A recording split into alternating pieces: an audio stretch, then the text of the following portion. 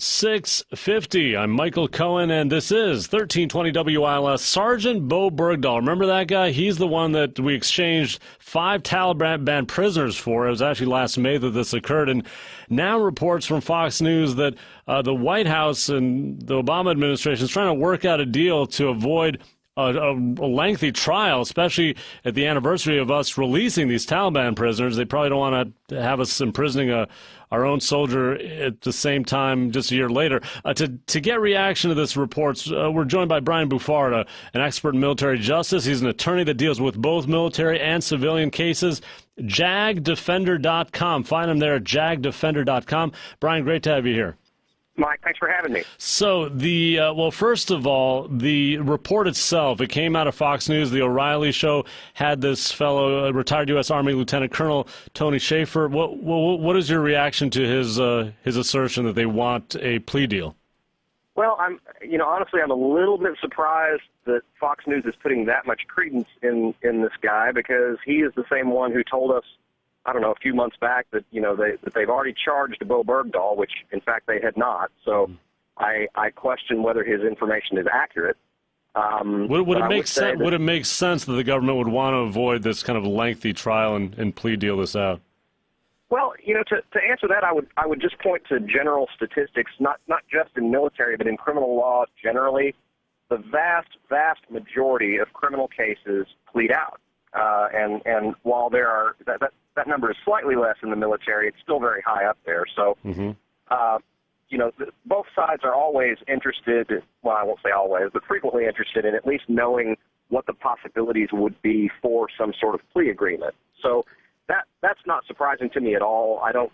Do you think there could be a political angle, though? Do you think that the White House could, in fact, not want this public trial to go on, with the release of these Taliban guys? I think that's possible.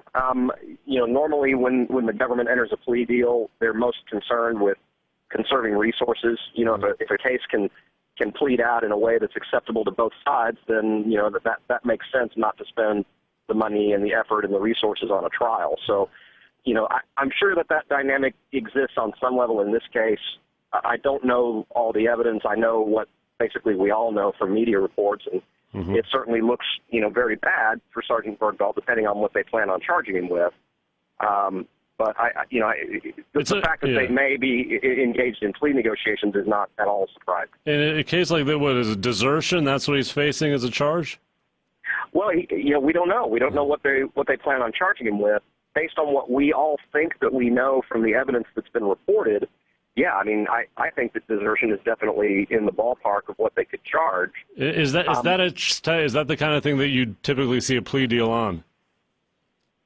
I wouldn't say that necessarily. I don't think there's anything magical about desertion that makes it more or less likely to be pled out. The one unusual thing about this discussion is if plea negotiations are going on, it would be fairly unusual for that to be happening before Sergeant Bergdahl has been charged. In other words, plea negotiations to try to figure out what to charge him with. That is very unusual. And why do you think that, if that were to be happening, why would that be the case? Then why wouldn't they charge him first before negotiating a plea? Well, yeah, and that's what I'm saying. I would be very surprised if they're having serious plea negotiations before charging him. And what is the holdup, though? Well, what is the holdup? Why aren't we seeing charges? Why aren't we seeing this move forward? I wish I knew. This has been, in my opinion, dragging on certainly longer than a normal case, and I think longer than what the facts of this case probably warrant. So we can speculate about some political rationale for that, and that may very well be what it is. I'm talking to attorney Brian Bouffard, JAGDefender.com. That's his website, JAGDefender.com. I've always wondered, in these situations when you've got clients who are facing potential charges, does life just completely get destroyed? Do they sleep? Do they eat? What happens to them? Everybody is different, but being charged with a criminal case, whether you're guilty or innocent, being charged with a criminal case is probably, aside from a serious medical condition, I would say that's maybe the most stressful thing that a human being can go through. How do you counsel people that are facing these situations to get through it? What I would say in a lot of serious cases, and by serious I mean a lot of potential time that somebody is facing, you really have to treat it like a marathon and not a sprint. Things take a long time. And I very often, it may sound weird coming from a lawyer, but I very often will counsel my clients at the beginning of a case like this, you need to make sure you're getting good sleep. You need to make sure that you're eating right and staying healthy, because this will burn you down. Mm-hmm. I mean, if you don't take care of yourself. I'm guessing they start obsessing about this just hour to hour, that kind of thing.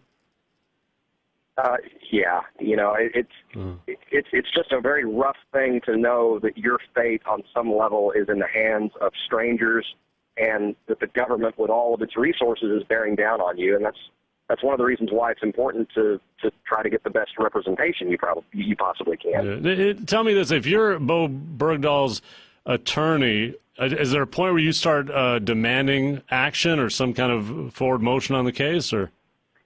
Typically no. I am a big believer in letting sleeping dogs lie, and I have had several instances in my career where cases seem to just sort of evaporate, and I certainly don't think this one will. What do you mean by that? That's amazing. Evaporate. Well, I mean, I'm thinking of a case in particular, a client charged with a first-degree felony, and I have not received a new court setting on that case in 3 years. Somebody somewhere has forgotten about that, and it's absolutely not in my client's interest to grab them by the collar and say, "Hey, let's get this prosecution on the road." If they're confident to do that, that's them. But it's hanging over their head on some level, is it not? It is, but if the government is not competent enough to get its wheels going, it's certainly not our place to make them go. Yeah, but there's a point, that the case it runs out, or will they eventually double back, or how does it? Well, it could be. I mean, you don't know what's happening to witnesses. You don't know if a police officer who's an important witness is going to be fired or moves on or something like that. So, again, a lot of people think that defense attorneys should be focused on something objective like making sure a case moves along smoothly. That is not our job. Our job is to do everything we can to protect our clients' rights. Right. Well, it's a good thing that you're out there. Brian Bouffard, an attorney, deals with military cases, civilian cases, all over the world, in fact, here in the U.S. too. If you want to contact him, it's jagdefender.com, jagdefender.com. Brian, thank you so much. Thank you so much, Mike. Take care. Yep, and we'll talk again as we wait to see if there will be charges or what comes out of this case of Sergeant Bo Bergdahl. That is it for us. Michael Cohen, producer Solomon Martin. We're back tomorrow, 6 p.m. Have a good night.